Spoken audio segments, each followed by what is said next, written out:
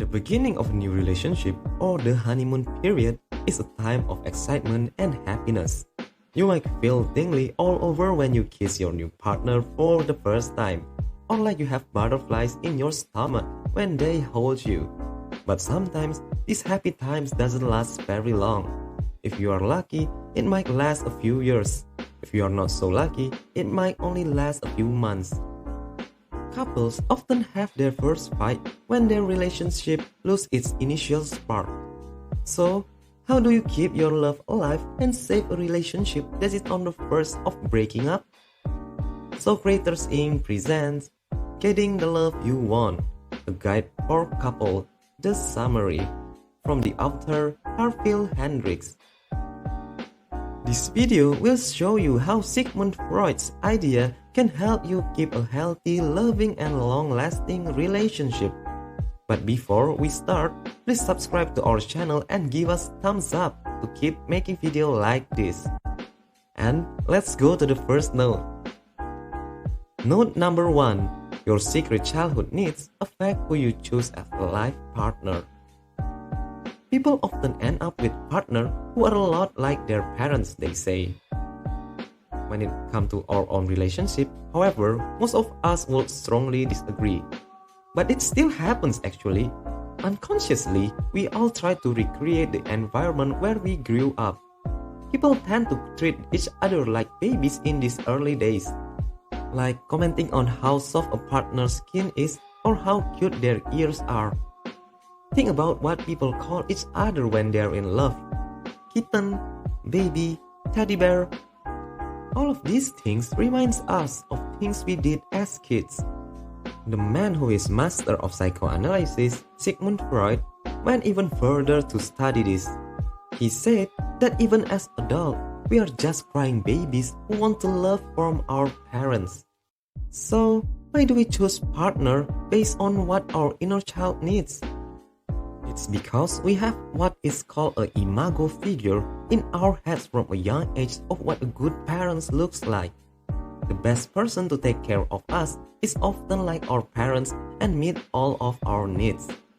The imago figure affects our choice of a partner because we unconsciously look for someone who reminds us of that caregiver.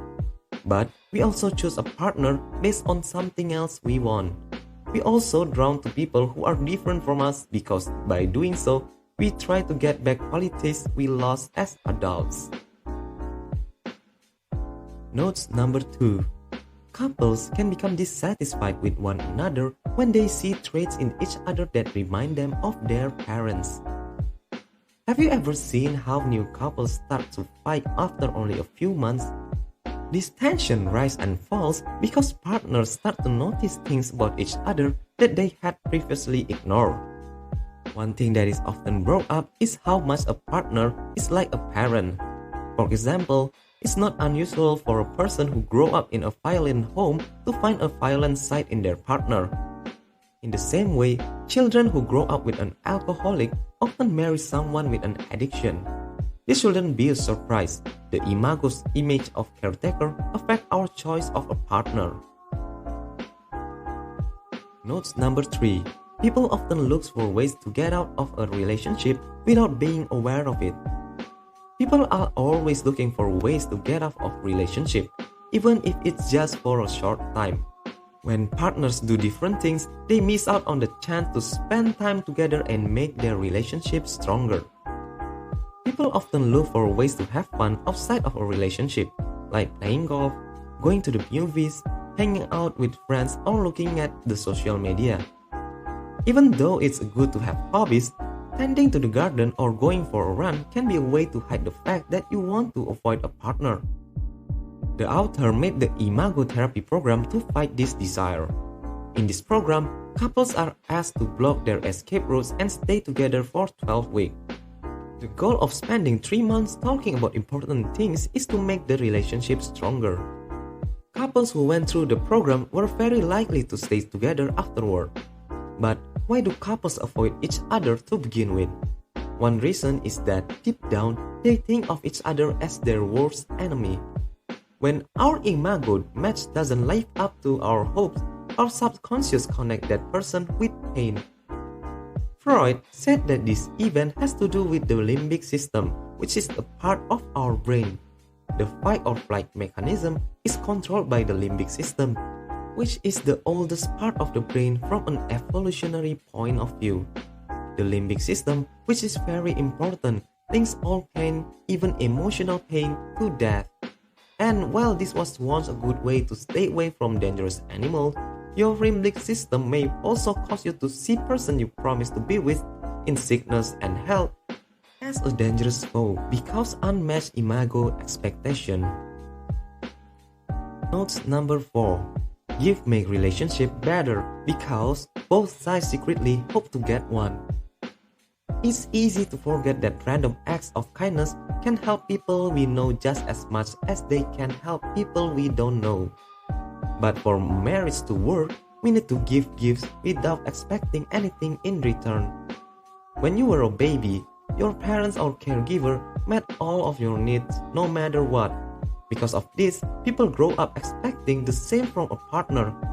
Unconsciously, we see our partner as people who take care of us. So, we expect them to always know what we want. Yes, we are pretty much asking our partner to read our minds. In particular, these acts of kindness shouldn't be random, like they might be with strangers. Instead, they should be tailored to each partner's needs and wants. For example, when you get home with a headache and a sweet tooth, you want to hear water running in the tub and smell cookies baking.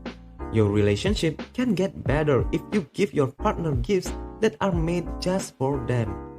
But how do you know what they want? Richard Stewart, a psychologist, came up with a clever way to deal with this.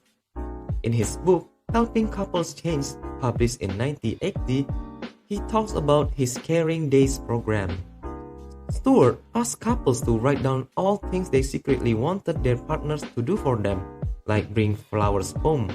The partners then gave each other their list so that they can fulfill each other's wishes.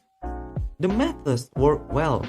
Stewart found that making wishes come true was a good way for partners to show how much they care about each other. In fact, it doesn't matter if someone is giving because they care or just because they have to. No matter what, the receiver feels loved because the giver is putting their attention on them. Notes number 5. Learn the 3 steps to listening without judging. How do you figure out what your partner wants? By, listening to your partner. But there are better and worse ways to listen. Follow these 3 easy steps to improve the way you talk to each other. The first step is mirroring.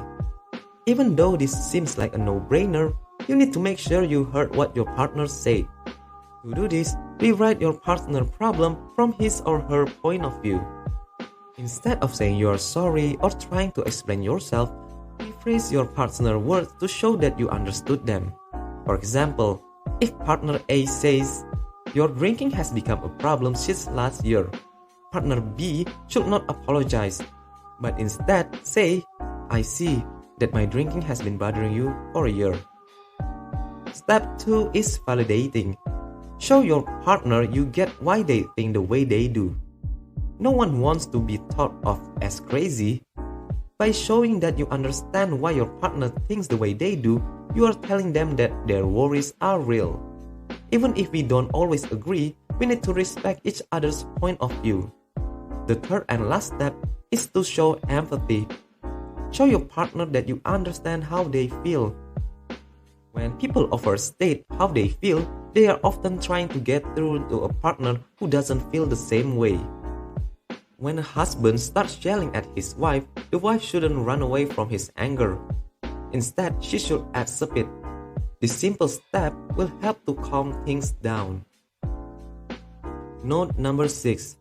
Use container transaction to get angry without hurting anyone.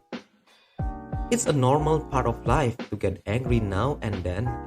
When anger turns into rage, though, it can hurt a partner and hurt a relationship. One way to stop this from happening is to use container transaction, which let you show anger in a safe way.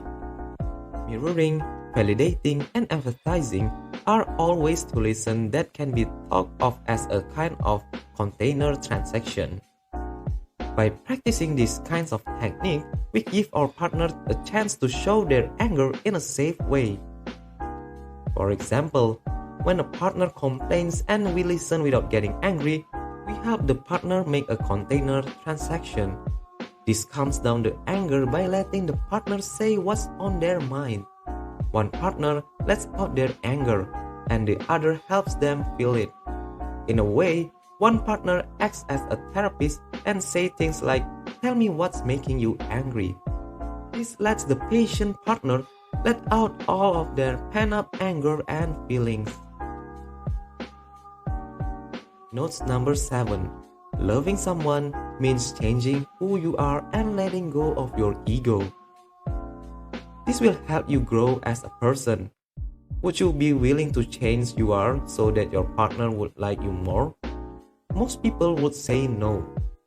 We like to think of ourselves as unique, and anyone who wants to change us shouldn't stick around. But for a relationship to work, each partner needs to work on their weaknesses.